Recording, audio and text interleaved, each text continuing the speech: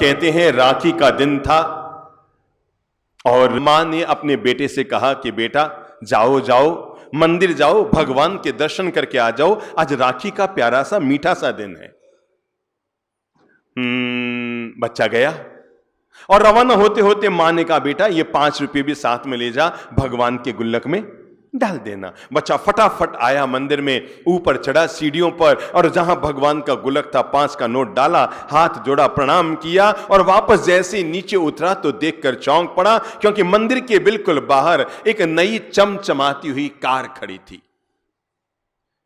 छोटे बच्चों को नई और महंगी कारें बड़ी पसंद होती है। बचपन में उनका सपना होता है कि मैं जब बड़ा होऊंगा तो ये वाली कार लूंगा, ये वाली गाड़ी लूंगा, ये वाली कार लूंगा। रोज बच्चा सपने देखता रहता है और बच्चे ने जैसे ही नई चमचमाती हुई कार देखी तो बच्चा बड़ा प्रसन्नचित्त हुआ, कार के पास आया।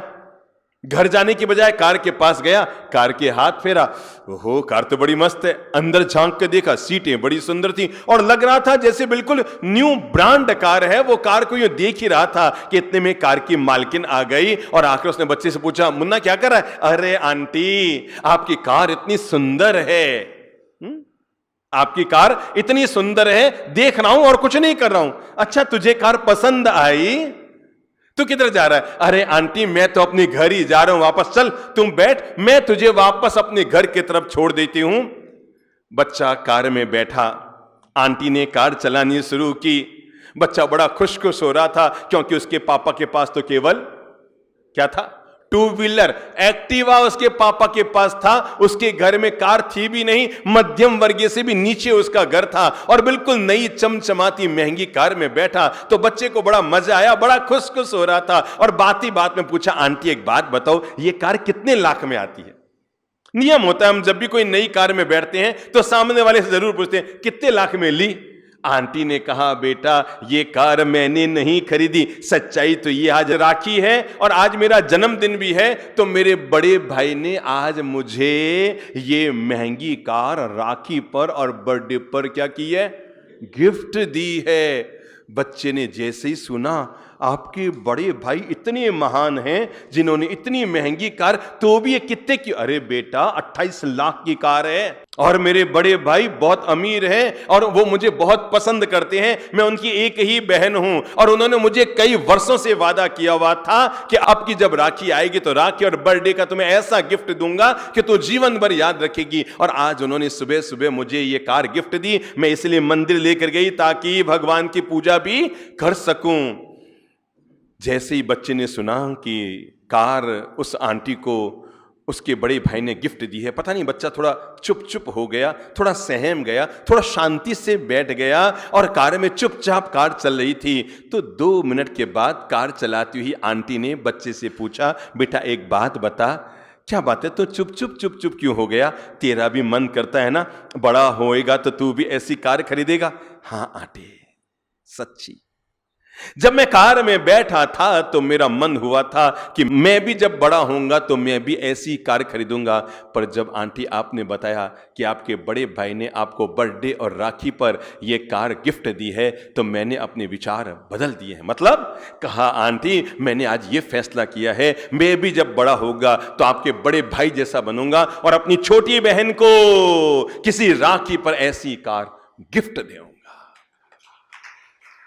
जिंदगी जीने के 2 तरीके हैं मेरे भाई। दुनिया में कुछ लोग होते हैं जो अच्छी चीज को पाकर खुश होते हैं और दुनिया में कुछ लोग होते हैं जो अच्छी चीज को देखकर खुश होते हैं। खुश इंसान दोनों में होता है। पर मैं आपको यह बता दूं कि आज हमारा कैसा दिन मान है, अगर यह पता करना हो तो केवल इतने मात्र से पता कर लो, आज मैं देकर खुश हुआ या किसी से लेकर खुश हुआ। आज मैं जो जीवन के 5 मंत्र आप लोगों को देना चाहूंगा जिंदगी में जोड़ने के लिए, ताकि हम हमारी जिंदगी को बहुत खुशियों से, न ड्रेस बदलना है, न एड्रेस बदलना है, न परिवेश बदलना है, न लोगों को बदलना है, न कपड़े बदलने हैं, न मकान को बदलना है। केवल बदलना है तो व्यक्ति की अंतर्दृष्टि को बदलना है। अगर व्यक्ति की मानसिकता बदल जाती है, व्यक्ति की मानसिकता पॉजिटिव हो जाती है, व्यक्ति की मानसिकता प्रसन्नचित्त हो जाती है, तो आदमी भले ही कुटिया में है, भले ही साइकिल पर है। मैंने कई बार साइकिल पर बैठे हुए लोगों को भी बड़ा मुस्कुराते हुए देखा है और कई बार महंगी कार में बैठे हुए लोगों को भी मुंह लटकाए हुए देखा है तो जीवन की खुशियां बाहर की सुविधाओं के आधार पर कम होती है, जीवन की खुशियां आदमी की मनोदशाओं पर ज्यादा निर्भर करती है। मैं जीवन का पहला मंत्र जो आपको दे रहा हूं वो सीधा साधा मंत्र है, फैसला कर ले मैं हमेशा खुश रहूंगा, बोल लो मैं हमेशा खुश रहूंगा और अपनी ओर से दूसरों को खुशियां बांटूंगा। जीवन को खुशहाली से जीने के लिए, जीवन को प्रसन्नता से जीने के लिए, जीवन को आनंद से जीने के लिए मेरे भाई एक बात याद रखना, आदमी को विरासत में मकान मिलता है, आदमी को विरासत में दुकान मिलती है, आदमी को विरासत में धन दौलत जमीन जायदाद मिलती है, पर जीवन की मस्ती, जीवन की खुशियां ये आदमी को कभी विरासत में नहीं मिलती, ये आदमी को अपने भीतर जगानी पड़ती है। जरूरी नहीं है कि हर अमीर आदमी बड़ा खुश हो और जरूरी नहीं है कि हर गरीब आदमी बड़ा दुखी हो। सुविधाएं अलग चीज है, लेकिन सुख और दुख, खुशियां जो इंसान के मन की होती है, अरे बड़ी आनंद से आदमी जीवन में खुशियों को पा सकता है। इस बात को सदा याद रखें, मैं हमेशा खुश रहूंगा भी नहीं, चलो इसको और चेंज करते हैं, मैं खुश हूं, बस रहूंगा मैं तो फिर आप भविष्य पर डाल देंगे और फिर कोई ना कोई माथाफोड़ी सामने आकर खड़ी हो जाएगी। वर्तमान में फैसला मैं खुश हूं, और जब मैं खुश हूं तो मेरे द्वारा ऐसे कोई शब्द का उच्चारण ना होगा जो किसी के मन को पीड़ा पहुंचाए। जब मैं खुश हूं तो मैं ऐसा कोई कर्म नहीं करूंगा जो कर्म किसी के जीवन में बाधा खड़ी करे। जब मैं खुश हूं तो मैं ऐसा कोई व्यवहार नहीं करूंगा जो व्यवहार किसी के जीवन में आपत्तिजनक वातावरण खड़ा करे। जब मैं खुश हूं तो मैं हर पल अपने जीवन को खुश रखने की कोशिश करूंगा। खुश रहना जीवन का सबसे बड़ा धन है। दुनिया में अगर सबसे बड़ा कोई अमीर आदमी है तो वो है जिसका मन अभी क्या है, खुश है, क्योंकि खुशियां किसी के बाप की नहीं होती, खुशियां जब भी होती है तो आदमी के अपने आप की होती है। अपने जीवन में खुशियों को हम पैदा करते हैं। हंसना जिंदगी है, हंसाकर गम भुलाना जिंदगी है, जीत कर हंसे तो क्या हंसे, हार कर भी हंस जाना यही प्यारी जिंदगी है। समझो कोई आदमी चुनाव में खड़ा हुआ, अब कोई आदमी चुनाव में खड़ा होगा तो तय है दो लोग खड़े हुए हैं। समझो कि कहीं विधानसभा के लिए, कहीं संसद के लिए, छोड़ो भाई कहीं पार्षद के लिए, कहीं पार्षद के लिए दो लोग खड़े हुए हैं, एक भाजपा से खड़ा हुआ है, एक कांग्रेस से खड़ा हुआ है। तय है कि दोनों तो नहीं जीतेंगे, ये तो आप मानते हैं ना। तब उनमें से कौन जीतेगा, कोई एक जीतेगा, या तो ये जीतेगा या ये जीतेगा। आज चुनाव परिणाम आने वाला है, दोनों को उम्मीदें हैं क्योंकि दोनों ने मेहनत की, दोनों ने तैयारी की, घर घर गए थे, एक एक गली गली में गए थे, इतनी मेहनत की थी जिसकी हद नहीं, और दोनों को पक्की उम्मीद है कि जीत तो हमारे नाम ही है। और दोनों ही अपने घर से जाते समय बैंड बाजे बुक करके गए। ना केवल बैंड बाजे बुक करके गए, अब तो उनके जो हितैषी लोग थे, मित्र लोग थे, वो 25-50 किलो गुलाल भी ले आए थे कि जीत की खुशियां मनाएंगे। अरे हमारा जो खड़ा हुआ है बंदा, उसका जीतना तय है। चुनाव परिणाम आए, दो में से एक जीता। अब तय है कि घर वापस बैंड बजाते हुए कौन जाएगा, बताओ बताओ, बोलो बोलो बोलो। जो जीतेगा वो। गुलाल उछालते हुए कौन जाएगा, माला पहनते हुए कौन जाएगा, कौन जाएगा, जो जीता है वो। मैं आपको बता रहा हूं, अब भाई बैंड की बुकिंग का पैसा तो लग ही गया, गुलाल खरीद के तो आ ही गई, क्यों ना इस जिंदगी का मजा ले लो। जीतने वाला जीतने का अगर बैंड बजा रहा है, अपन हारने का भी अगर बैंड बजाना शुरू कर दें, और जो हारा है वो भी अपने टोली को साथ लेकर बैंड बजाता हुआ घर जा रहा है, तो जीतने वाले का बैंड बज जाएगा। वो कहेगा यार कि ये भी बैंड बजा रहा है, मैं भी बैंड बजा रहा हूं, फिर जीता कौन। मेरे भाई, जीतने का मजा हर कोई ले लेता है, पर जो व्यक्ति हारने का भी मजा ले लेता है वो जीवन की बाजी जीत लेता है। जीतने का मजा दुनिया में कौन नहीं लेता, हर आदमी अपनी जिंदगी में जीत का मजा ले लेता है, पर हार कर भी जो आदमी जीत का आनंद लेता है, ठीक है अपन हारने का आनंद लेंगे, हर हार में कोई ना कोई जीत छिपी रहती है। हारना बुरी बात नहीं है, बोल लो मुंह से, हारना बुरी बात नहीं है। फिर बोल लो, हारना बुरी बात नहीं है, हार मान लेना यह जीवन की कमजोरी है। जीत का जज्बा इसी में छिपा रहता है, जीत का रहस्य इसी में छिपा रहता है कि आदमी के भीतर जज्बा है, मैं हार कर भी हार नहीं मानूंगा और हार को भी खुशियों पूर्वक अपने जीवन में स्वीकार करूंगा। ठीक है, जो व्यक्ति अपने जीवन में होने वाली पराजय को भी कहीं न कहीं विजय का महोत्सव मनाने का आनंद लेता है, वो व्यक्ति हार कर भी बाजी जीत जाता है। मैं आपको जीवन का पहला पाठ यही पढ़ाना चाह रहा हूं। अभाव है तब भी आनंद लो, ठीक है। भोजन करने बैठे, मैं खुश हूं, इस मंत्र को जीवन में पल प्रतिपल कैसे लागू किया जाए। भोजन करने बैठे और जैसे ही आपने खाना खाया, खाने के लिए पहला कौर लिया, भिंडी की सब्जी में डाला तो देखा धर्मपत्नी भिंडी की सब्जी में नमक डालना ही भूल गई। फिर आपने दूसरा कौर लिया, ककड़ी की सब्जी में डाला और देखा कि ककड़ी की सब्जी में नमक। अब देखो आजकल मोबाइल पर बातें करते करते खाना बनता है, तो अब ये तो उम्मीद करो ही मत कि बिल्कुल परफेक्ट खाना बनेगा। कहीं ना कहीं ये वाला उसमें और वो वाला उसमें तो जाएगा ही। अब वो इधर तो नमक डाले, इधर बजी घंटी, अब बताओ उसका ध्यान नमक पे जाएगा कि मोबाइल पे जाएगा। और तय जब मोबाइल पे ध्यान जाएगा, अब वो नमक खीर में जाएगा कि दूध में जाएगा कि कड़ी में जाएगा, ये नमक का भाग्य ही तय करेगा। उसका दिमाग तो कहीं फिर गया। खाना खाने बैठे, एक सब्जी में नमक ज्यादा है, एक सब्जी में नमक कम है। आपके पास पहला मंत्र, 24 घंटे में एक बार खाना खाता हूं घर में, उसमें भी तुमने ये हाल कर रखा है खाने का, किसी में नमक नहीं, किसी में नमक दुगना डाल दिया। हो सकता है आपकी धर्मपत्नी ने सावधानी पूर्वक खाना बनाया हो, फिर भी लापरवाही तो हो ही जाती है, भूल तो हो ही जाती है। अरे मेरे भाई, कितनी भी सड़क साफ हो, धूल तो हो ही जाती है। आदमी कितना भी महान हो, भूल तो हो ही जाती है। तो भूल होना संभव है। सड़क कितनी भी साफ कर लो पर धूल होना संभव है, और इंसान कितना भी बड़ा बन जाए पर भूल होना संभव है। भूल से नमक एक में दुगना और एक में जाना रह गया। आपके पास पहला विकल्प, ना खुशी का। ओहो, क्या बताऊं कैसा खाना बनाया है, और आप गुस्से में आकर बाहर निकल गए, और आप हो हल्ला करके बाहर निकल गए, और आप तैस में आके बाहर निकल गए। आपके पास एक खुश रहने का विकल्प था। और नंबर 2, भिंडी की सब्जी, ककड़ी की सब्जी, दोनों को मिला लेते। अब क्या होता, ककड़ी का नमक खत्म और भिंडी का फीकापन खत्म, और वो जायका लेकर आप जो भोजन करते शांतिपूर्वक, मैं खुश हूं, इस मंत्र को जीवन में जी लेते। दोनों को मिला लेते, भिंडी भी मिल गई, ककड़ी भी मिल गई, और आपने अगर प्रेम और शांतिपूर्वक भोजन कर लिया तो घर के कषाय के वातावरण से आप बच जाएंगे। और गुस्से में खाकर निकल गए, आपका मन भी बाहर दुखी, और पीछे आपकी धर्मपत्नी का मन भी दुखी। ओहो, मैंने कितना मन से खाना बनाया। और ये है जो छोटी छोटी बातों को लेकर गुस्से में निकल पड़ते हैं। अब देखो, एक आदमी के घर में ऐसा ही हुआ। एक चीज किसी के लिए सुख का कारण बनती है, वहीं दूसरी चीज किसी के लिए दुख का कारण बनती है। आदमी भोजन करने बैठा और वही नमक का कुछ तालमेल नहीं रहा, गुस्सा खा के बाहर निकल गया, ठोकर और मार दी। बड़े लोगों का गुस्सा भी तो बड़ा होता है ना, छोटे मोटे गुस्से तो वो करते नहीं है। गुस्सा आया तो थाली को ठोकर भी मार कर चले गए। अब भाई ठोकर लगी थाली को घर में कौन खाए। सोचा एक काम करती हूं, कोई भिखारी अगर आ जाए तो उसको खिला देती हूं, बेचारे का पेट भर जाएगा।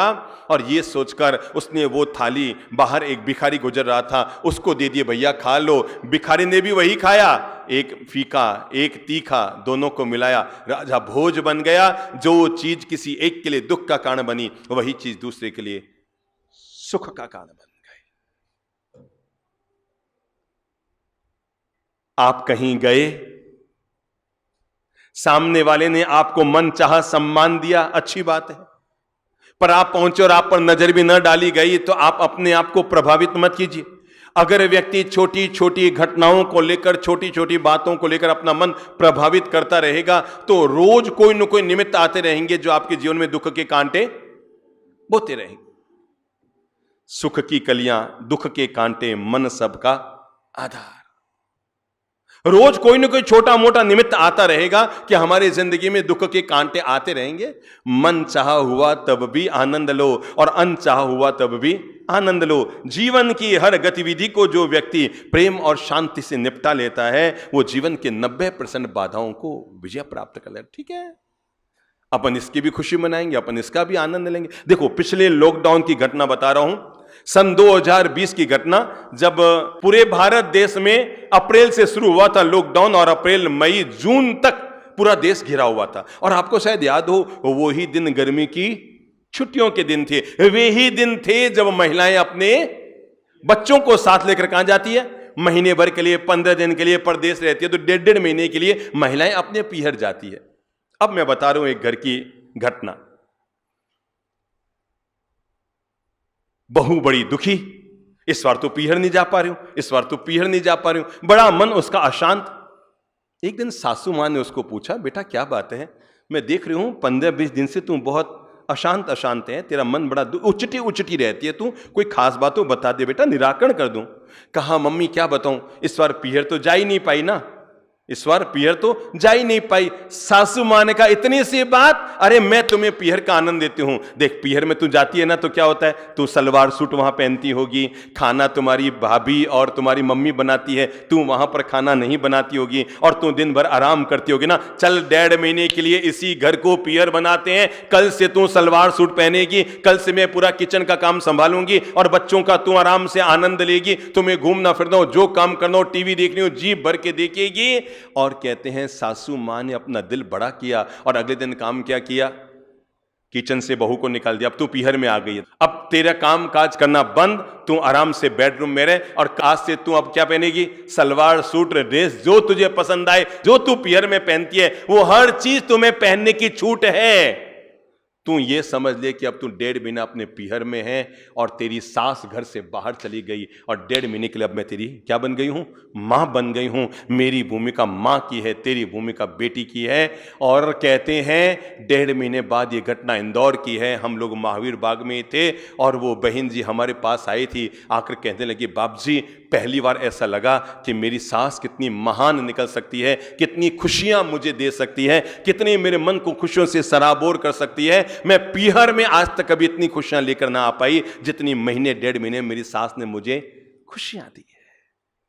केवल आदमी को मन को समझाना पड़ता है, मन को थोड़ा सा मोड़ना पड़ता है, मन की दिशा चेंज करनी पड़ती है। आदमी चाहे तो अपने जीवन के हर पल को बड़ा खुश खुश खुश खुश जी सकता है।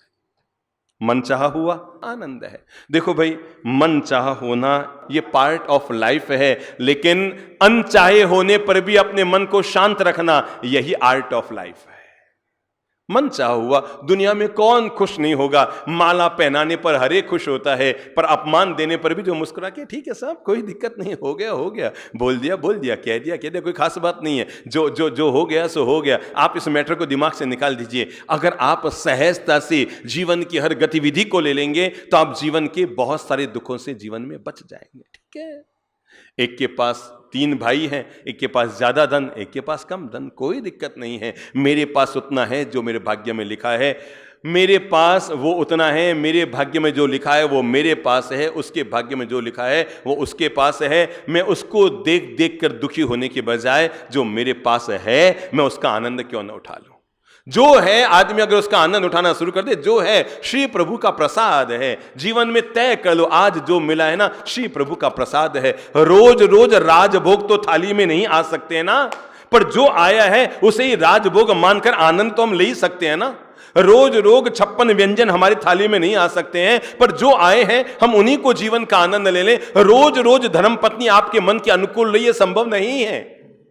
आज वो टेढ़ी भी बोल गई है, आज उसको गुस्सा भी आ गया है, आज वो आउट ऑफ कंट्रोल भी हो गई है, आज उसने 2 टेढ़े शब्द भी आपको कह दिया, कोई दिक्कत नहीं, बोल दिया।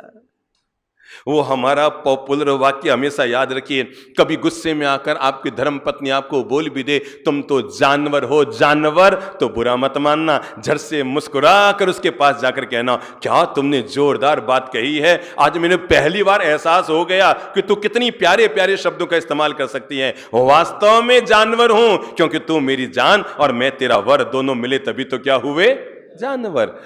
प्रतिकूल वातावरण में भी खुश रहने के विकल्प ढूंढे जा सकते हैं। प्रतिकूल वातावरण में भी। मैं जब युवक हुआ था करीबन 25 साल का, तब मेरे सिर के बाल उड़ गए थे। तय है कि छोटी उम्र में किसी के बाल उड़ेंगे तो आदमी थोड़ा सा क्या होगा, ये क्या हो रहा है। जैसे कोई 30 साल का युवक है और उसके बाल एकदम हवा में उड़े, जैसे उड़ते जा रहे हैं और साफ हो गए, तो मन में बेचैनी आएगी। पर मैं आपको बताऊं, मैं जब 25, 26, 27 साल का था तभी हमारे लगभग मेरे बाल 90% उड़ गए थे। जो आजू बाजू लोग होते थे ना, कुछ भगत लोग, कुछ परिचित लोग, वो रोज कहते थे, बाप जी आपका तो बाल उड़ रहे, बाप जी आपका बाल उड़ रहे, कुछ कुछ करो, कुछ करो, कुछ करो। हर प्रतिकूलता में भी अनुकूलता का वातावरण ढूंढा जा सकता है, हर ना खुशी में भी खुशी को ढूंढा जा सकता है, हर अनचाहे को भी मनचाहा बनाया जा सकता है।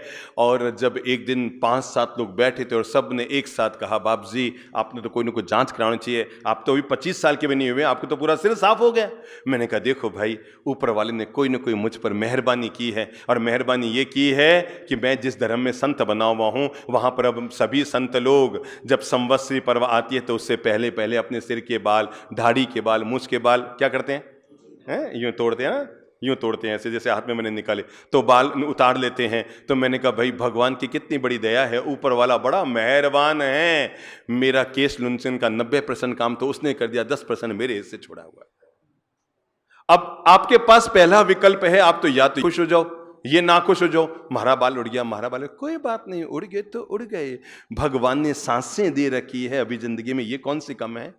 आपको लगता है कल तक मैं कोठी का मालिक था, बड़ा अमीर था, मेरे भाई वक्त को वक्त बदलते वक्त नहीं लगता ना, जैसे ऋतुएं बदलती है, जैसे सूरज उगता और छिपता है, वैसे ही आदमी का भाग्य भी बदलता रहता है। मेरे भाई भाग्य तो चक्र की तरह है, चक्र की ये तीली कभी ऊपर है और ये तीली कभी नीचे है। भाग्य तो हमारे दोनों पांवों की तरह है। अब सीधा पांव ये सोचे कि मैं हमेशा आगे ही रहता हूं, सीधे पांव को अगर इस बात का अभिमान हो रहा है हमेशा कि मैं हमेशा आगे ही रहता हूं, मैं हमेशा आगे रहता हूं, अभिमान मत करो। माना कि जब पहला कदम हम उठाते हैं तो सबका मन क्या करता है, पहला पांव कौन सा उठाओ, है राइट। पर मैं आपको बता दूं, राइट हो या रॉन्ग हो, अगला पांव कौन सा होता है।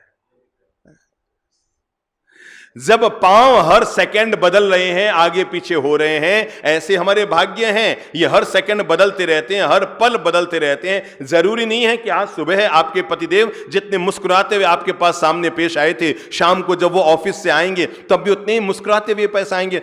हो सकता है सुबह वो गए तो वो मुस्कुराते हुए गए थे और शाम को वो आए तो मुंह चढ़ाते हुए आए थे। जब वो मुंह चढ़ा के आए हैं तब भी आपके पास दूसरा विकल्प है, आप वापस मुस्कुराकर उसका जवाब दे दें, ठीक है, हाँ सब, हाँ सब।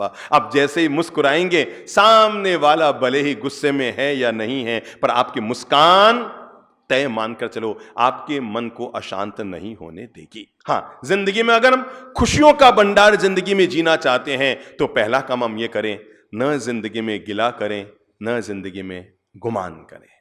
बोल लो, न जिंदगी में गिला करें, न जिंदगी में गुमान करें। कुछ चला गया तो उसका गिला नहीं, कुछ आ गया तो उसका गुमान नहीं।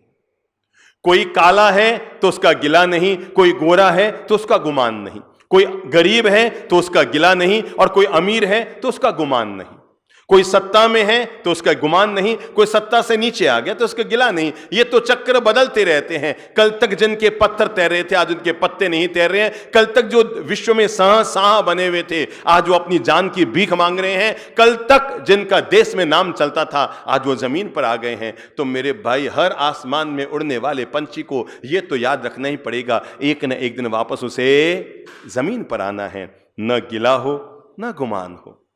किसी ने आकर आपकी आलोचना कर दी, अरे साहब वो तो आपके बारे में ऐसा ऐसा कह रहा था, मैं गया था अभी जोधपुर जाके आया था और उनके घर मिलने गया तो वो तो आपके मरे अंट संट बातें कर रहा था कि मेरे बड़े पापा ऐसे हैं, मेरे बड़े पापा ऐसे हैं, और वो तो ऐसी ऐसी बातें कर रहा था। अब आपके पास पहला विकल्प, आप उसके प्रति अपने अंतर मन में गलत दृष्टिकोण बना दें। अच्छा वो मेरे लिए ऐसी ऐसी बातें कर रहा था, अब मैं बताता हूं उसकी असलियत क्या है, मैं उसके धंधे को चौपट करता हूं, मैं उसको बताता हूं आज जो वो कुछ है मेरी बदल। ना बाबा ना, उसमें जितनी अक्ल थी उसने उतनी बात कर दी। आप में कितनी अक्ल है आप साबित कर दो। सामने वाले ने गिर कर बताया कि वो कितना गिर सकता है, फैसला आपको करना है कि आप भी गिरना चाहते हैं या आप उठना चाहते हैं। आप सामने वाले के गिरने के बावजूद भी उठे रहते हैं या गिरते हैं। पहला विकल्प, जिसने आपके जीवन में कांटा बोया है आप भी उसके जीवन में कांटे बो। नंबर 2, जिसने आपके जीवन में फूल खिलाया है आप उसके जीवन में फूल खिलाओ। नंबर 3, जिसने आपके जीवन में कांटे बोए हैं आप भी उसके जीवन में फूल खिलाओ। 3 फर्क देख रहे हैं। एक काम है शैतान का, एक काम है इंसान का, एक काम है भगवान का। अब मैं तीनों वाक्य वापस बोल रहा हूं, जवाब आप दीजिएगा कि शैतान कौन है, इंसान कौन है, भगवान कौन है। एक वो है जो फूल खिलाने वाले के जीवन में भी कांटे गाड़ रहा है। बुद्धि आई? कौन है तीनों में? शैतान। एक वो है जो फूल खिलाने वाले को फूल देता है, इंसान। पर उससे बढ़कर दुनिया में कौन होता है? भगवान, कि जिसने हमारी जिंदगी में कांटे बोए तब भी हम उसके लिए फूल बोते हैं। जो तौ के कांटा बोए ताहे बोए तू फूल। अरे ताको फूल को फूल है, वाको है। इस बात को भली छोड़ दो त्रिशूल हो कि न हो, पर एक बात तय है, हमने अगर अपनी तरफ से बड़प्पन दिखाया, समो निंदा प्रशंसा सु। साधक का पहला लक्षण क्या होता है? जो निंदा और प्रशंसा में संतुलन रख लेता है, जो आलोचना में उबलता नहीं है और प्रशंसा में पिघलता नहीं। साधक का पहला लक्षण। आज जो आलोचना कर रहे हैं, दुनिया है भाई, ये तो चक्र चलता रहता है। कभी यहां पर लोग फूल खिलाते हैं, कभी कांटे बरसाते हैं, कभी लोग कहते हैं वाह भाई वाह, वाह भाई वाह, वाह भाई वाह। कहते हैं ना, चलती का नाम गाड़ी और खड़ी का नाम खटारा। और चलती गाड़ी में हर एक चढ़ना चाहता और खटारा से हर एक उतरना चाहता है। ये तो वक्त वक्त की बातें होती हैं इंसान की जिंदगी में। तो मैं कहना चाहूंगा, जीवन को मैं खुश हूं, इस मंत्र को हर पल लागू करने के लिए दिमाग में ले लो। न गिला न गुमान, न मैं निंदा में अपने मन को आंदोलित करूंगा, और न किसी ने आके प्रशंसा कर दी। कहीं आप गए, माला पहना दी, ठीक है, न पहनाई, ठीक है। आप देख रहे हैं कि अब तक 3 बार आप जब गए थे तब तो तीनों बार आपको माला पहनाई गई थी, पर आप चौथी बार वहां गए तो किन्हीं औरों का नाम बुला दिया गया और आप माला से रह गए। कोई दिक्कत नहीं है मेरे भाई। मान सम्मान की भूख से इंसान जितना दूर रहेगा, वो जीवन में मानसिक तनाव से उतना ही बचा रहेगा। क्योंकि दुनिया ये गजब की है, हर रोज मान नहीं देती। जहां जहां मान ज्यादा दिया जाता है, कभी कभी उस व्यक्ति को अपमान से भी गुजरना पड़ता है। तो मैं आपको पाठ ये पढ़ा रहा हूं जीवन का, प्रशंसा में पिघलना मत, आलोचना में उबलना मत। और जहां मान हो जाए तब भी आनंद है, और अपमान हो जाए तब भी आनंद। मैं तो पहला आपको अनुरोध ये करूंगा, लगभग आप जितने लोग सुन रहे हैं ना, यहां सामने बैठे हैं, सब विवाहित हैं। एक बार माला आप सबने पहन ली है, तो अब मन में कभी ख्वाहिश करो ही मत कि मुझे दोबारा माला पहनाई जाए।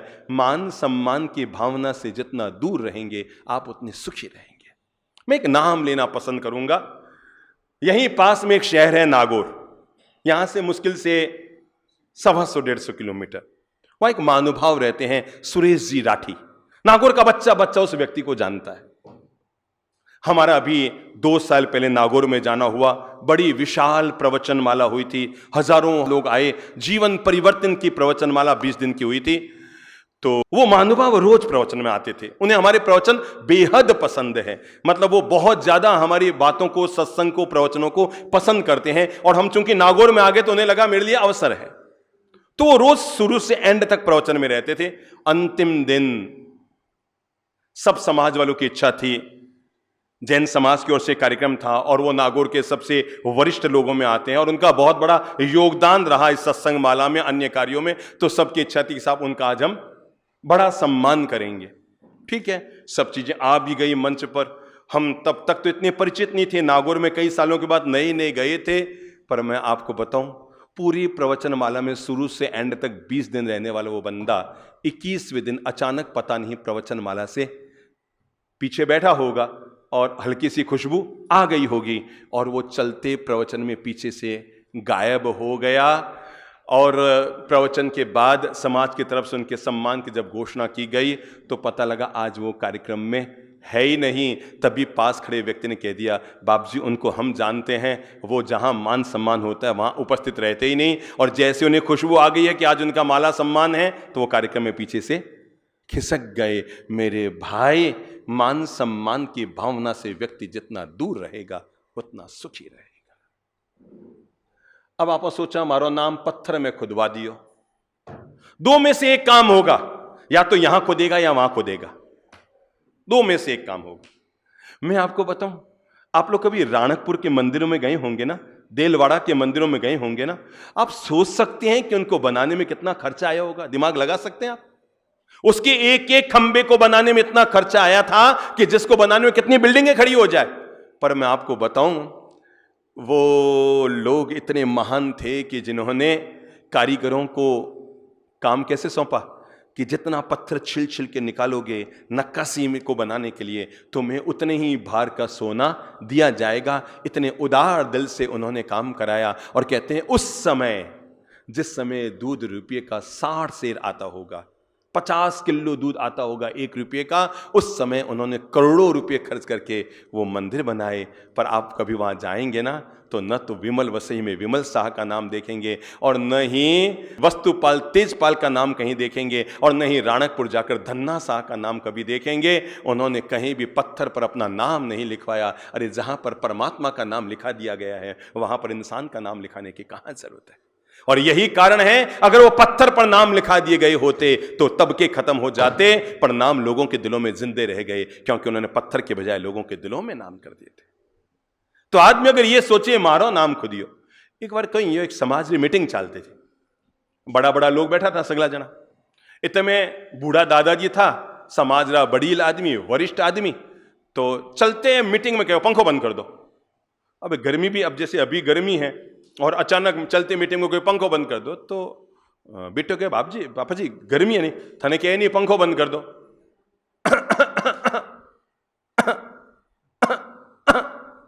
और पंखा बंद हो गया। घरे आया ने बेटो पापा जी ने कहो एक बात बताओ, अरे बठे थाने को एडो कोई जुकाम भी हो को नहीं, सुबह सु अचानक करने लग गया और पंखो बंद क्यों करायो? अरे बेटा थाने पतो ही को नहीं, पंखे में अपना नाम लिखेड़ो थो। अब चालते पंखे में लोग यहाँ अपना नाम पढ़ता बता है? चलते पंखे में लोग अपना नाम कैसे पढ़ते? अब इस नाम को बढ़ाने का क्या तरीका? करके मुझे खांसी करनी पड़ी और पंखे को बंद कराना पड़ा। और पता है पंखा बंद हुआ तो सबकी नजर ऊपर गई और सब लोगों ने अपना नाम पढ़ा। मेरे भाई काम ऐसा करो कि नाम अपने आप हो जाए। नाम के लिए काम करोगे तो नाम खत्म हो जाएगा और बिना नाम के काम करोगे तो आज नहीं तो कल तुम्हारा नाम अमर हो जाएगा। तय मान कर चलना। दुनिया में जिन लोगों ने नाम के लिए काम किया, पता है कार्यकर्ता किसे कहते हैं? सच्चा कार्यकर्ता कौन होता है? जिसका कार्य सदा रहता है पर करता कौन है इसका दुनिया को पता नहीं लगता है। वो दुनिया में सच्चा कार्यकर्ता होता है जो कार्य करता है पर करता कौन है इसका एहसास दुनिया को नहीं कराता है। आने वाला कल उसके लिए अमर हो जाता है। लोग कहते हैं साहब अमुक व्यक्ति ने काम कराया, नाम धाम सम्मान से मुक्त होकर कराया, माला पहन ली, सम्मान ले लिया, तो काम का महत्व हो सकता है कम हो जाए, पर जो मान सम्मान से मुक्त हो जाए, लोगों को तो सम्मान देना चाहिए। मैं फिर कहता हूं किसी ने कोई काम किया है सम्मान दो उसको ताकि लोगों को प्रेरणा मिले, पर आदमी के खुद के भीतर सम्मान पाने की भूख नहीं होनी चाहिए। फिर से मैं नाम लेकर कहूंगा वही नागौर के सुरेश राठी की तरह रहना चाहिए कि मेरे मन में नाम पाने की और यश पाने की और माला पहनने की ख्वाहिश नहीं है। और जो व्यक्ति इस ख्वाहिश से मुक्त होता है, अब मैं आपको कैसे बताऊं, अगर नागौर में 2 लाख की आबादी है तो हर बच्चे बच्चे के दिल में वो आदमी राज करता है, इसलिए क्योंकि केवल काज करता है, नाम की अभिलाषा मन में नहीं करता है। हमारा फर्ज होता है काम करने वाले का सम्मान दें, पर हमारा फर्ज यह भी होता है हम काम करें तो सम्मान की अपेक्षा न रखें। ठीक है, सम्मान मिला तो भी अच्छी बात है और सम्मान न भी मिला तो कोई दिक्कत नहीं है। अपने मन को संतुलित रखो। दुनिया का तो नियम है, आप कोई भी भवन बनाएंगे, अब लोगों का क्या है, लोग तो कह देंगे 2 मिनट में समाज रो भवन बनाया खुद रो घर बढ़ लियो। 1 मिनट में इतनी गंदी जबान के लोग होते हैं, इतने गंदे मन के लोग होते हैं, इतने इतने इतने कलुषित मन के लोग होते हैं, खुद 1 पैसा खर्च करते नहीं हैं, अपना 1 मिनट लगाते नहीं हैं, और कोई बेचारा समाज में आकर के कोई समाज के कल्याण के लिए अपना तन मन धन लगाना चाहता है। और समझ लो समाज में काम किया, मंदिर बनाया, कोई पुण्य का काम किया तो तय है भाग्य जगेगा और उसके घर में लक्ष्मी आ गई। तो हम ही लोग हैं जो इतनी कुत्सित बुद्धि के होते हैं जो कह देते हैं ओ समाज रो भी भवन बना लियो ने खुद रो भी घर भर लियो। कभी भी ऐसी गंदी बात सोचना भी पाप है। याद रखना, अपन जब भी किसी की आलोचना कर देते हैं, सामने वाला गलत है कि नहीं, पर हम तो गलत साबित हो ही जाते हैं। अरे साबुन से किसी का क्या मैल उतरे, हमने अपनी जबान से उसके जीवन का मैल उतार दिया। इसलिए न गिला करो, खुश रहना है तो दूसरा मंत्र अपना लो, न गिला न गुमान। आप बैठे हैं और आपके सामने आपकी ही आलोचना हो रही है, वो आपके बारे में एरो कहता था, एरो कहता था, मन को प्रभावित मत करो, आनंद है, कोई दिक्कत नहीं। जो जैसा होता है वो वैसा बोलता है, पक्की बात मान लें। कोई कह दे आपकी जिठानी यूं बोलती, आपकी ननद यूं बोलती कि हमारे भाभी कहीं करी को, अच्छा करी को नहीं, इतो तो मैं उन्होंने वास्ते करूं, उन समय ओ करियो, उन समय ओ करियो। उनके जब शादी हुई थी बच्चों की सारा मैंने किया था, मैं गई थी उसके यहाँ 10 दिन रुक कर आई थी, कोई दिक्कत नहीं, आपने किया। नंबर 1 किया तो गिनाओ मत, और नंबर 2 सम्मान की अपेक्षा करो मत। अगर किसी ने आपका कुछ किया है तो आप कृतज्ञ बनो, पर किसी ने आपका कर दिया है तो आप कृतज्ञ भी मत बनो। मान सम्मान की अपेक्षा से मुक्त होकर जो इंसान काम करता है वो जीवन में बहुत सारे दुखों से बच जाता है। मैं खुश हूं, इस मंत्र को अगर जिंदा रखना है तो मंत्र बना लो, ना मैं निंदा में दुखी होऊंगा और ना मैं प्रशंसा में सुखी होऊंगा। मैं दोनों में ही अपने तराजू को क्या संतुलित बनाकर रखूंगा। मैं दोनों में ही अपने तराजू को संतुलित बनाकर रखूंगा। भगवान ने 2500 साल पहले एक बड़ी प्यारी बात कही थी, अगर तुम सच हो तो तुम्हें गुस्सा करने की जरूरत नहीं, और अगर गलत हो तो तुम्हें गुस्सा करने का हक नहीं। अगर सच हो तो तुम्हें हाका होका हो हल्ला करने की जरूरत नहीं है, तुम सच हो, सच को साबित करने की जरूरत नहीं, क्योंकि सत्य अपनी रक्षा करने में स्वयं समर्थ होता है। आज नहीं तो कल सच क्या है ये जरूर प्रकट होकर आता है। और गलत हो तो तुम्हें हक ही नहीं है, क्योंकि तुम खुद ही गलत हो, तो किस बात के लिए तुम हाका होका करते हो। समो निंदा प्रशंसासु, न गिला न गुमान। किस किस में? निंदा में और प्रशंसा में। नंबर 2, अमीरी और गरीबी में। घर में आपके कोई मेहमान अमीर आया है, आप उसका स्वागत सम्मान कीजिए, पर मैं आपसे यह कहूंगा अगर कोई गरीब है, आपके चाचे का बेटा है, ताऊ का बेटा है, नेग्लेक्ट मत कीजिए, उसका भी सम्मान कीजिए। अरे मेरे भाई, अमीर व्यक्ति जोधपुर से आपका परिचित आ रहा है और उसने फोन किया मैं आ रहा हूं, तो तय है आप गाड़ी लेकर जाएंगे। पर अगर गरीब आ रहा है, मैं कहूंगा अगर आप तब गाड़ी लेकर चले गए ना, अमीर को आप गाड़ी लेकर जाएंगे तो वो जोधपुर आकर 10 लोगों को नहीं कहेगा कि महेंद्र जी भूतरा मेरे लिए गाड़ी लेकर आए थे, नहीं कहेगा ना, उसके लिए चारों तरफ गाड़ियां गाड़ियां। पर कोई गरीब आदमी भी आया है बोरीवली में और उसने फोन किया अंकल मैं आ रहा हूं, और गाड़ी लेकर आप स्टेशन चले गए ना, वो पूरे जोधपुर में घर घर कहेगा अरे मैं वहां पर गया था, महेंद्र अंकल मेरे लिए गाड़ी लेकर आए, महेंद्र अंकल मेरे लिए गाड़ी लेकर आए, महेंद्र अंकल मेरे लिए गाड़ी लेकर आए। मेरे भाई, अगर गरीब को सोने की एक अंगूठी दे दोगे तो जीवन भर याद रखेगी, और अमीर को अगर आप हीरे की अंगूठी दे दो तो उसके पहले से खूब भरी हुई पड़ी है। इसलिए दूसरा मंत्र जीवन में गिला और गुमान से मुक्त होने के लिए, और मैं खुश हूं इस मंत्र को जीने के लिए, जोड़ लो, अमीरी और गरीबी दोनों में आनंदित रहें। कल अच्छे दिन थे, आनंद है। कल राजमहल में थे, आनंद है। कल में आपके पास पहनने के लिए हीरों का हार था, आनंद था। आज अगर गले में केवल मंगलसूत्र है, कोई दिक्कत नहीं।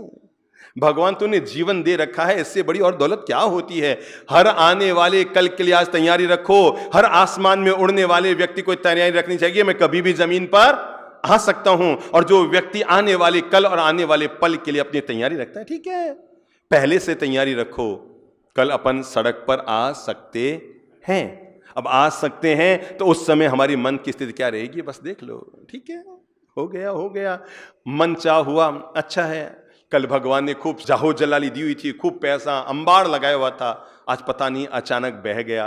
वो कहते ना, धन बड़ा गजब का होता है, जब ऊपर वाला देता है तो छप्पड़ फाड़ कर देता है, और लेता है तो थप्पड़ मार कर लेता है, जूते मार कर लेता है, पता भी नहीं लगता कि माल कहां गया, और ऊपर से चारों तरफ से आदमी घिर जाता है। पर ऐसी परिस्थिति में भी जो व्यक्ति अपने संतुलन को बना कर रखता है। तीसरा, हानि और लाभ। क्या है? हानि और लाभ। जिस धंधे में आप 20 साल से लगातार कमाए जा रहे थे, और अचानक एक साल ऐसा आया कि उस धंधे में थोड़ा सा घाटा लग गया, मेरे भाई मन को उदास मत करना, मन को उदास मत करना। मैं इसी शहर की घटना बताऊं। एक बार यहां ग्वार गम के रेट बहुत ज्यादा बढ़ गए थे। जोधपुर के लोगों तो उनको पता होगा, ग्वार गम के रेट बहुत बढ़ गए थे। एक महानुभाव हमारे यहाँ आया करते थे, उन्होंने उसमें खूब पैसे कमाए और बड़े खुश हो रहे थे, बाप जी हमारे तो गजब भगवान साथ दे रहे, अरे बाप जी 1 के 2 और 2 के 4 हो रहे हैं। उन्होंने क्या किया कि ये सोच करके अगले साल फिर यही रेटें रहेगी, उन्होंने होलसेल में स्टॉक खरीद लिया। अब क्या हुआ, रेटें, अगर आपको पता हो तो अगले साल रेटें डाउन हो गई थी। अब मैं देखता हूँ हमेशा जब भी आऊं था यूं चेहरा लटका रहा था, मैं क्यों कोई हूं भाई साहब, आप पिछले साल तो कितने खुश खुश नजर आ रहे थे, ये इस साल आप इतने लटके क्यों? अरे बाप जी, मैं स्टॉक खरीद लियो ग्वार गमरो और रेटियां डाउन हो गई। मैं कि एक बात बताओ, पिछले साल आप कितना कमाया? अरे बाप जी पिछले साल तो भगवान एड़ो साथ दियो 6-7 करोड़ रुपया कमाया। मैं कि इस साल कितना खोना पड़सी? अरे बाप जी लगभग 30-40 लाख रुपया घाटो लागसी।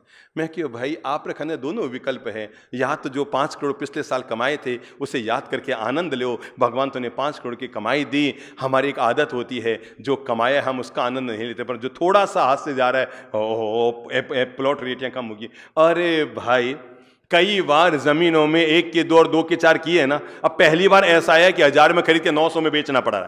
पहली बार समझ लो ऐसा आ गया है कि आपने 1000 में खरीदा और 950 में बेचा है। जिस धंधे में आपने करोड़ों रुपए कमाए, अगर उसमें 2-4 लाख लग भी गए तो किस बात का गिला करो। हानि और लाभ ये दोनों तो जीवन के हिस्से हैं, कभी हानि होगी कभी लाभ होगी। व्यवसाय में वही व्यक्ति जाए जो लाभ के साथ साथ हानि को भी सहन करने को तैयार हो। अनुकूलता और प्रतिकूलता दोनों का चक्र चलता है, पर एक बात जीवन भर याद रखना, ऊपर वाले की जबरदस्त व्यवस्था है। वो जीवन में 99 द्वार बंद करता है, फिर भी एक द्वार खुला रखता है।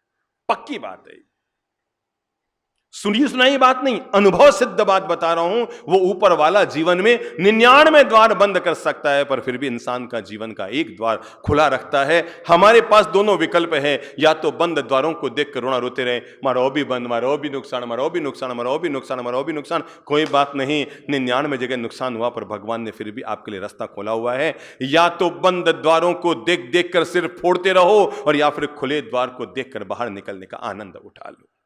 दोनों विकल्प आपके पास है। 99 बंद द्वार हों और उसकी जबरदस्त व्यवस्था है, वो एक द्वार पीछे बंद करता है, दूसरा द्वार हमारे लिए पहले खोलता है। पक्की बात बता रहा हूं मैं आपको, अगर हम उस पर भरोसा करना सीख लें तो हम जीवन के प्रत्येक पल को बहुत खुशी से बिता सकते हैं। और वो ये है कि एक से तोड़ता है पर जुड़ने के लिए दूसरा निमित्त पहले हमारे सामने खड़ा कर देता है, पर हम हताश हो जाते हैं, हमारे यूं क्यों गयो, हमारे यूं क्यों गयो, हमारे यूं क्यों गयो, और आदमी बेवजह दुखी हो जाता है।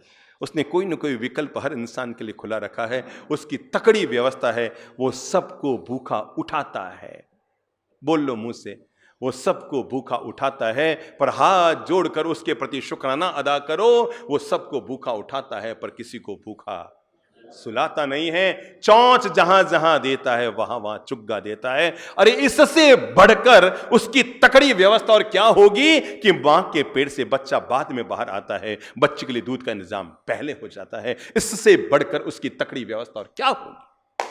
क्या आप सपने में भी सोच सकते हैं कि हमारे जीवन से पहले जीवन जीने की व्यवस्था दी जा रही है? जीवन दाता कितना महान है, चौंच दी है तो चुग्गा जरूर देता है। इससे बढ़कर उसकी क्या तकड़ी व्यवस्था होगी? अगर आप में से कोई व्यक्ति कभी खेत में गया है, किसी ने कभी खेतों में बीज के वपन होते हुए देखा है, धान का खेत में आप कभी गए हैं तो आपने देखा होगा बीज कौन बोता है? इंसान बोता है। खर्चा कौन उठाता है? इंसान उठाता है। मेहनत कौन करता है? इंसान करता है। जमीन किसकी होती है? इंसान की होती है। पर ऊपर वाले की तकड़ी व्यवस्था है, वो सबके पेट भरने की व्यवस्था करता है, और उसी का परिणाम है अनाज बाद में आता है और घास पहले पैदा होती है। दिमाग में लो, अगर आप कभी खेत में गए हों, बीज आरोपण करने के बाद पहले धान नहीं आता, पहले अनाज नहीं आता, पहले क्या आता है?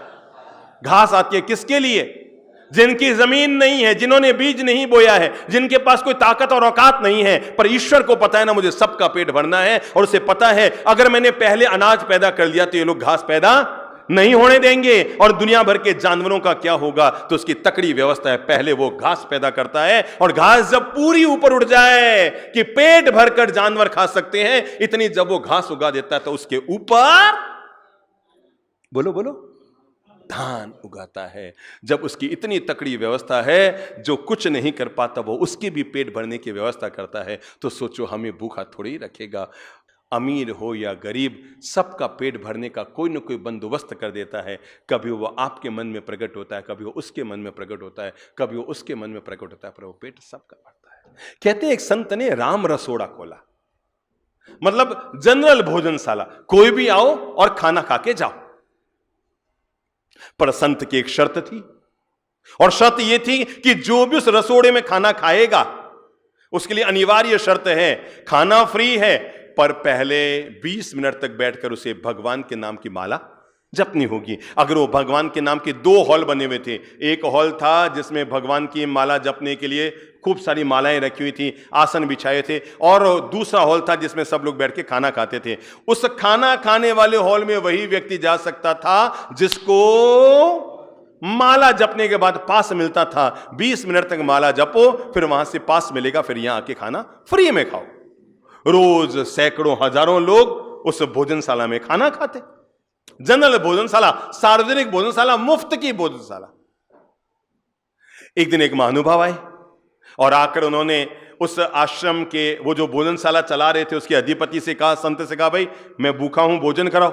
उसने कहा, भाई भोजन तो फ्री में मिलेगा, पर शर्त क्या है? पहले बोलो बोलो बोलो, पहले 20 मिनट तक अमुक वाले हॉल में, बगल वाले हॉल में जाकर तुम्हें भगवान का नाम लेना पड़ेगा। उसने कहा, मैं भगवान को नहीं मानता।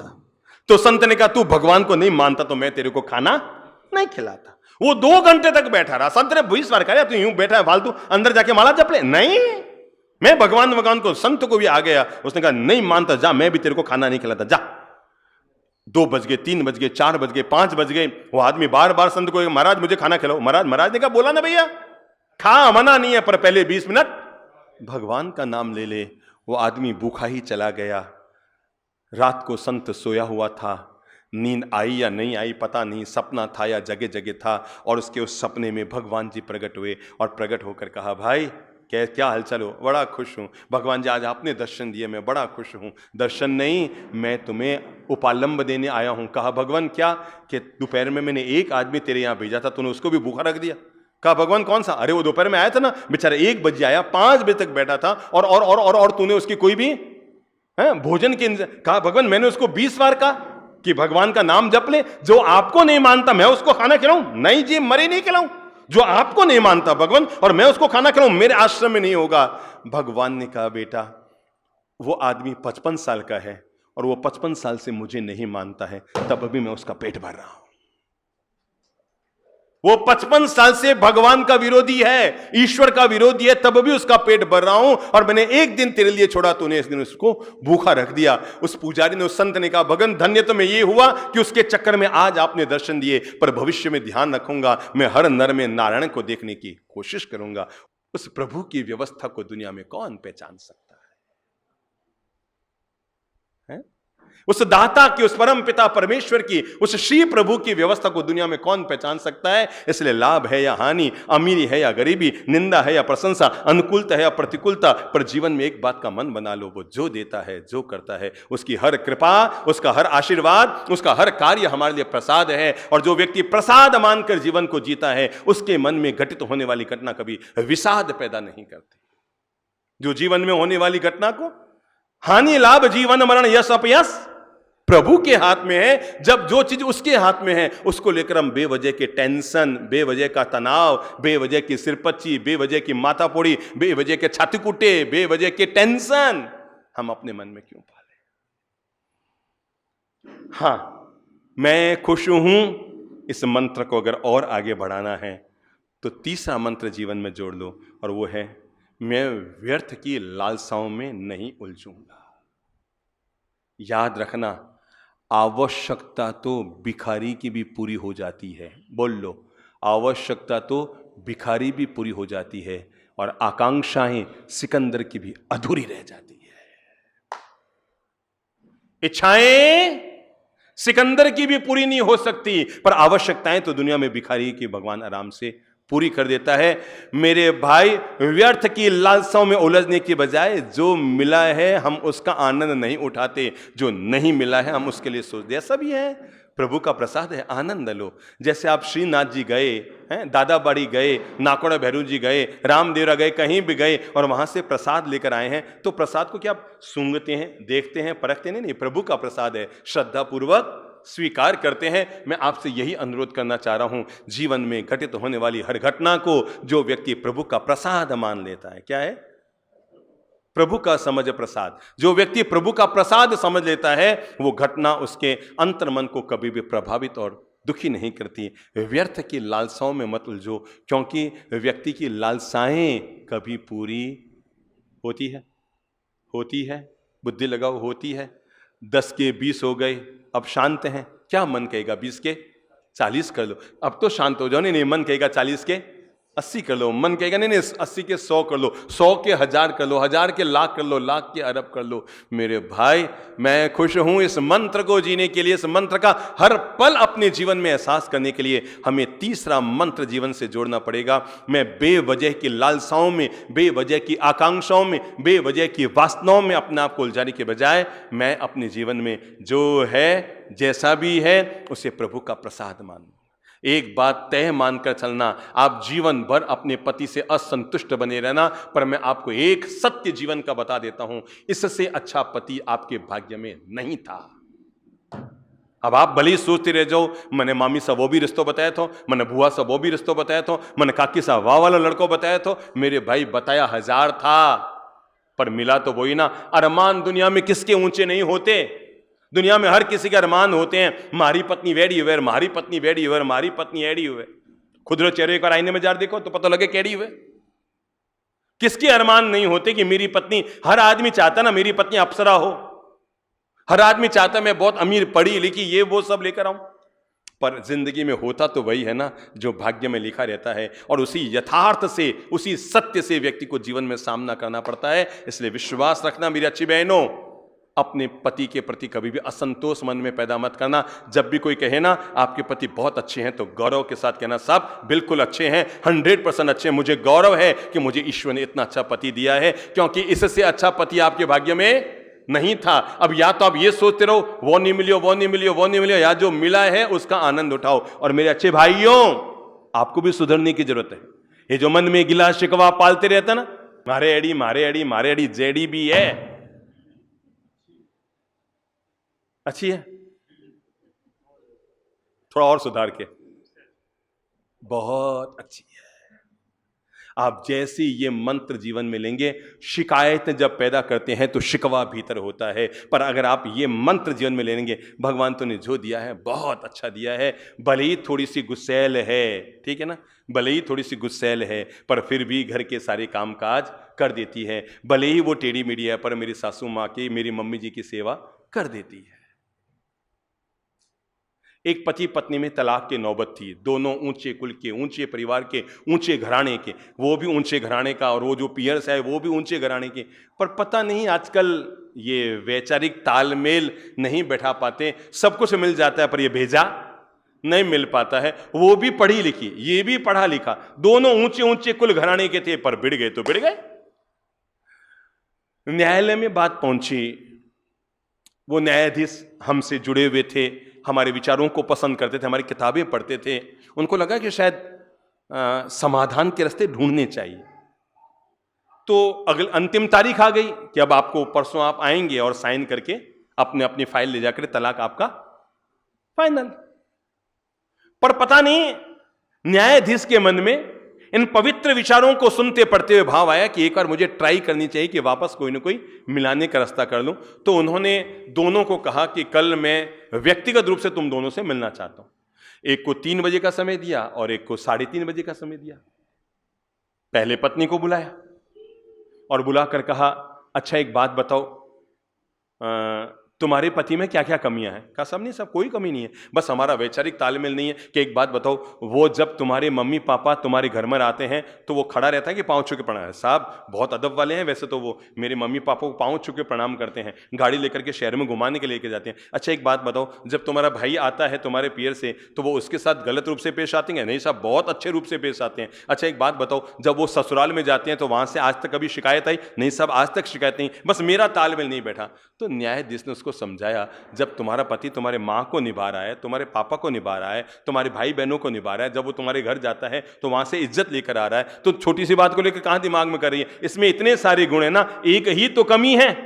हाँ, बात तो यही है, एक ही कमी है कि बस हम दोनों के विचार नहीं मिलते हैं, बाकी तो वो बहुत भले आदमी है।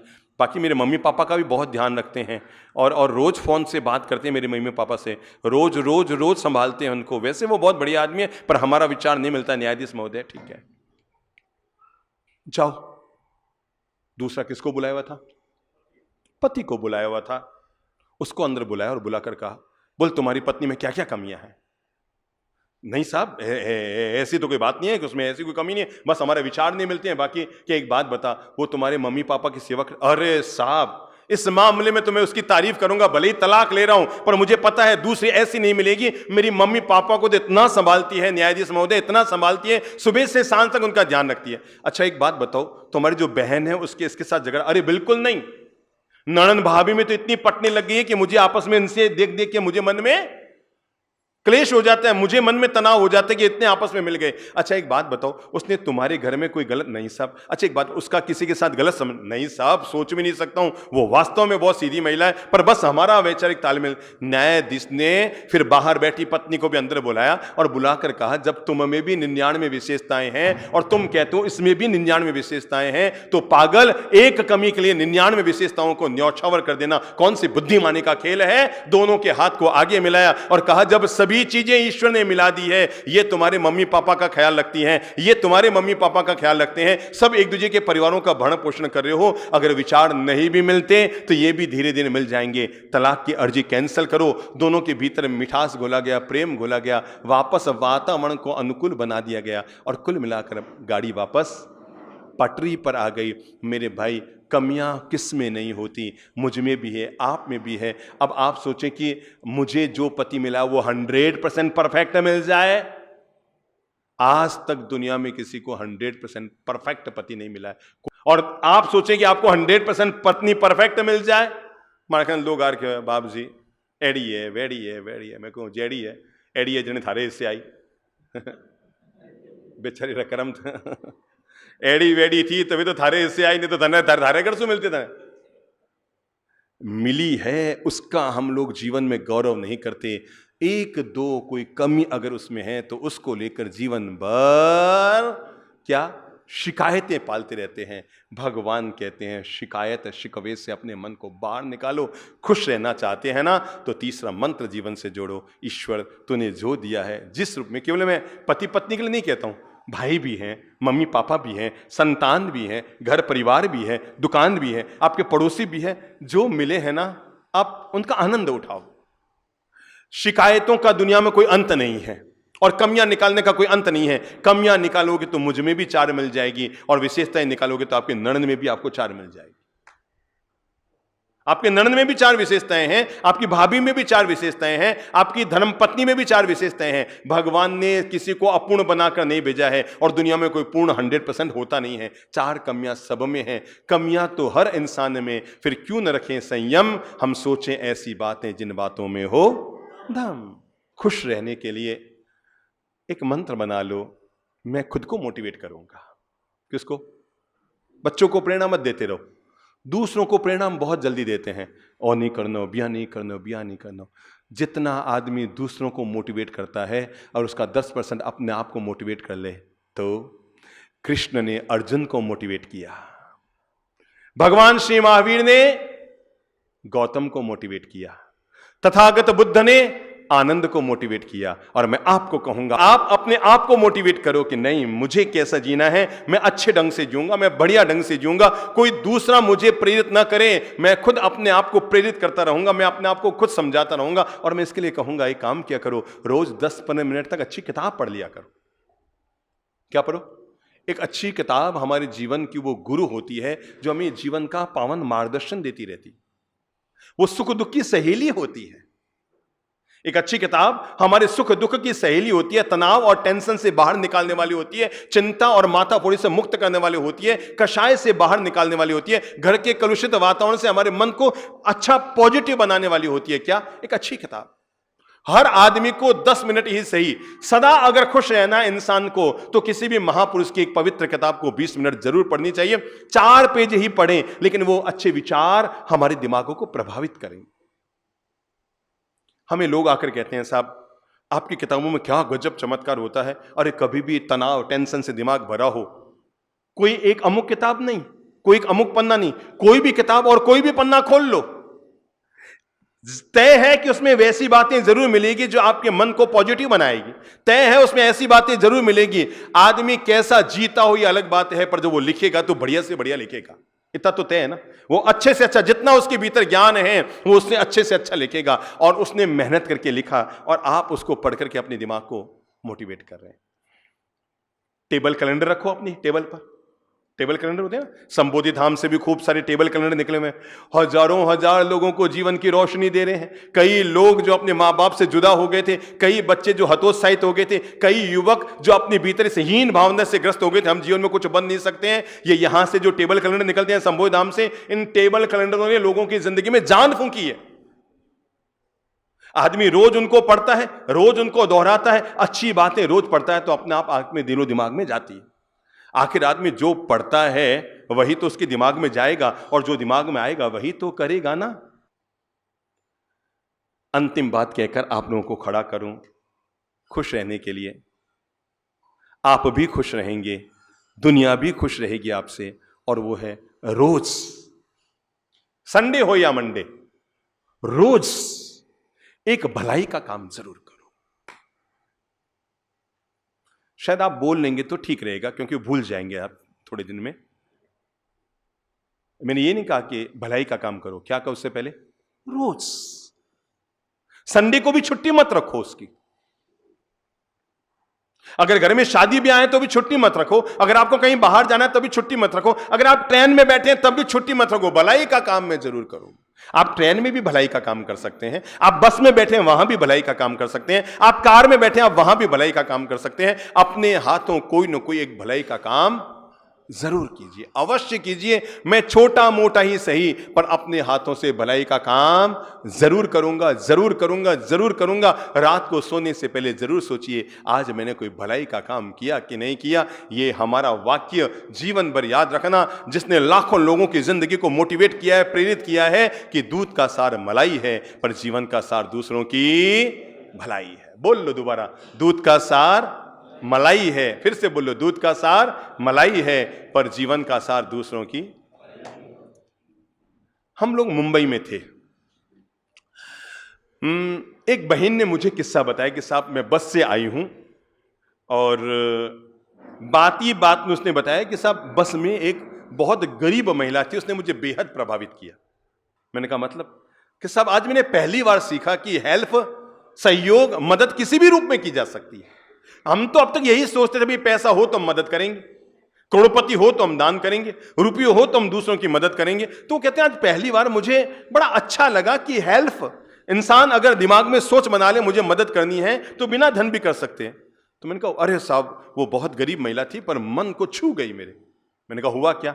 अब उस बहन ने जो मुझे बताया, उसने कहा साहब मैं बस में बैठी थी तो हमने देखा एक गरीब महिला अपने बच्चे को गोद में लिए बैठी थी। तभी बस में एक बूढ़ा व्यक्ति आया, चढ़ा बस में, एक अति वयोवृद्ध व्यक्ति हाथ में लकड़ी पकड़े बैठा। तो आया बस में, तो हमने देखा हम सब बैठे हैं और वो गरीब महिला अचानक खड़ी हो गई बच्चे को गोद में लेकर, और बूढ़े दादी से कहा दादाजी आप बैठ जाओ कुर्सी में। उन्होंने कहा नहीं नहीं बेटा तेरे गोद में बच्चा है। कहा नहीं नहीं नहीं मैं बच्चे को आराम से उठा लूंगी, आप इतनी देर बस में नहीं खड़े रह पाएंगे, आप बैठ जाओ। और उसने ये कहकर उस बूढ़े दादाजी को सीट पर बैठा दिया। हमें मन में थोड़ा सा वो कहते हैं थोड़ा जोरदार लगा कि यार हमें किसी के मन में नहीं आया कि हम खड़े हों और ये गरीब महिला बच्चे को गोद में लिए खड़ी है, और खड़ी हो गई। इतने में थोड़ी देर के बाद एक कोई दूसरी सीट खाली हुई, तो वो व्यक्ति उतर गया, तो उस सीट पर जाकर वापस वो गरीब महिला अपने बच्चे को गोद में लेके बैठ गई। हमने देखा अगले स्टेशन पर एक गर्भवती महिला बस में चढ़ी है और हम सब बैठे हैं, और पता नहीं वो कहती है मेरे मन में भी थोड़ा सा आया उस गरीब महिला को देखकर कि भाई अब मुझे खड़ा होकर गर्भवती महिला को बैठाना चाहिए, पर मैं ये निर्णय करूं उससे पहले ही बस की सीढ़ी को चढ़ते हुए देखकर वो गरीब महिला फिर खड़ी हो गई अपने बच्चे को लेकर, और झट से उस बहन जी को कहा बहन जी आप इधर बैठो। उसने कहा नहीं, उसने हाथ पकड़कर अपनी सीट पर बैठा दिया। वो कहते हैं मैं थोड़ी सी मन से बड़ी वो प्रभावित हुई कि यार ये कौन सी मिट्टी की बनी है ये गरीब महिला। थोड़ी देर बाद मेरे बगल की सीट खाली हुई। वो जो बहन जब बात बता रही वो कहते हैं उस बहन जी के बगल में आकर के वो गरीब महिला बैठ गई। वो कहते हैं मैंने बात में पूछा उसको कि बहन तेरे खुद के गोद में बच्चा था, तूने पहले उस बूढ़े दादाजी को जगह दी, फिर तूने डिलीवरी वाली गर्भवती महिला को जगह दी, ये क्या है तेरे भीतर, तू इतनी महान कैसे है? कहा मुझे लगा मेरे पास ऐसी कोई औकात नहीं है कि मैं मंदिर बना सकूं या मैं कोई दानशाला खोल सकूं, मैं कोई गरीबों को भोजन खिला सकूं, मेरे पास ये भी औकात नहीं है कि मैं 10 थाली के खाना खिला सकूं।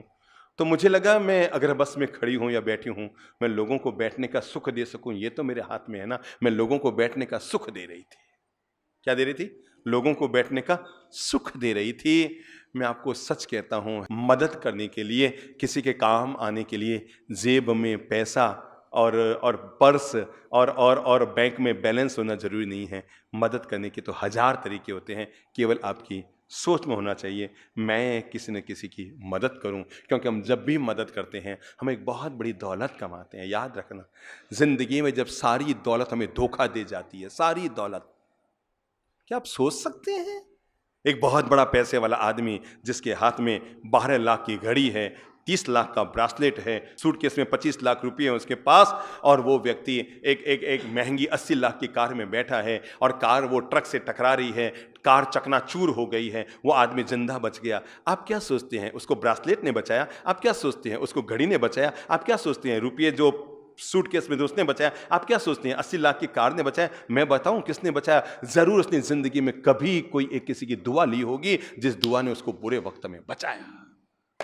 न तो 80 लाख की कार बचा पाएंगे, न 25 लाख जो सूटकेस में वो बचा पाएंगे, और न ही 12 लाख की घड़ी, और न ही 30 लाख का हीरा का बना हुआ, क्या कहते हैं उसको, ब्रासलेट। ये आदमी के तब काम नहीं आते। इसलिए जब एक अरबपति आदमी के भी बच्चे का बड़ा ऑपरेशन करने के लिए विदेश से डॉक्टर आता है और 40 डॉक्टरों की टीम लगती है उसका ऑपरेशन करने के लिए, और बाप बाहर चिंतित है मेरा बेटा बचे, जो लगे सो लगे पर मेरा बेटा बचे, तब डॉक्टर जैसे बाहर निकलता है सीनियर डॉक्टर, और पिता उससे गिड़गिड़ाते हुए पूछता है सर सर सर सर। तब डॉक्टर सीधा यही कहता है हमने तो अपनी तरफ से पूरा काम कर लिया, अब तो क्या करो, दुआ करो। जरूर कोई बुरे वक्त में तुमने कोई दुआ ली होगी। मेरे भाई, दुआ कभी साथ नहीं छोड़ती। बोल लो मुंह से, दुआ कभी साथ नहीं छोड़ती। एक बार और बोल लो, दुआ कभी एक बार और बोल लो, दुआ कभी साथ नहीं छोड़ती, और बद दुआ कभी पीछा नहीं छोड़ती।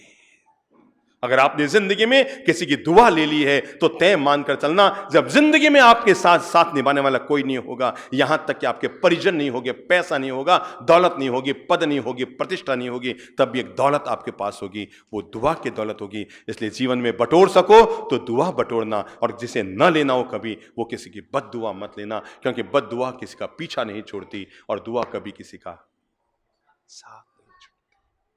संसार में साधक यूं जियो जैसे देहरी के दीप जले, भीतर में ध्यान की आभा हो, भीतर में ध्यान की आभा हो, बाहर में सबसे प्रीत पले।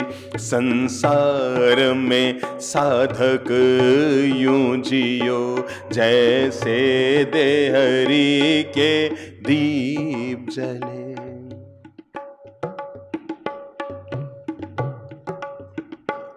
मन में शांति का मधुवन हो, विश्वास धैर्य का संबल हो।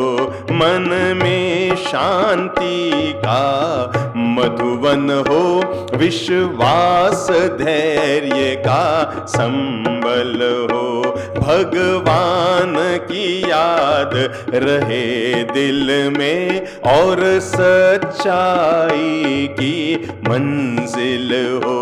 भगवान की याद रहे दिल में, और सच्चाई की मंजिल हो। हर हाल में मनवा मस्त रहे, हर हाल में मनवा मस्त रहे। जीवन में रहे शिकवे न गिले, संसार में साधक यूं जियो जैसे देहरी के दीप जले। हम मौन की शक्ति पहचाने, भाषा पर अंकुश अपना ले। हम मौन की शक्ति पहचाने, भाषा पर अंकुश अपना ले। बोले तो विनय मधुरता से, बोली में अमृत रस घोले, औरों को सुख पहुँचे हमसे, औरों को सुख पहुँचे हमसे। होठों पर ऐसे फूल खिले, औरों को सुख पहुँचे हमसे।